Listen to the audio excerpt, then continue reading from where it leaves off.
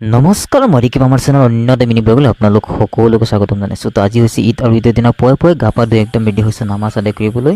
এয়া মই নামাজ আদায় কৰিবলৈ আহি গ'লোঁ আমাৰ 1 নং মাটিৰ অঞ্চল ঈদগাহ ময়দান। ইয়াত যিটো বৰষুণৰ কাৰণে নামাজ বাহিৰত সম্ভৱ নহয়, নামাজ আদায় কৰিব লাগিব আমাৰ মছজিদৰ ভিতৰতে। আৰু এয়া হৈছে মছজিদৰ ভিতৰত মই ৰেডি হৈছে নামাজ আদায় কৰিম। এয়া দেখিবলৈ পাইছে মই ৰেডি হৈছে নামাজ আদায় কৰিবলৈ। আৰু নামাজ আদায় কৰি আমি আহি গ'লোঁ নেলিত থকা আমাৰ আমচুৰ হৰ্ণবিল পাৰ্কত। হৰ্ণবিল পাৰ্কত আহি অলপ ঘূৰি ফুৰি আমি আকৌ গুচি গ'লোঁ আমাৰ জাগিৰ ৰোডত থকা বিখ্যাত নিজৰাপাৰা পাৰ্কত। আৰু নিজৰা পাৰ্কত আহি ইমান ভিৰ দেখা পালোঁ।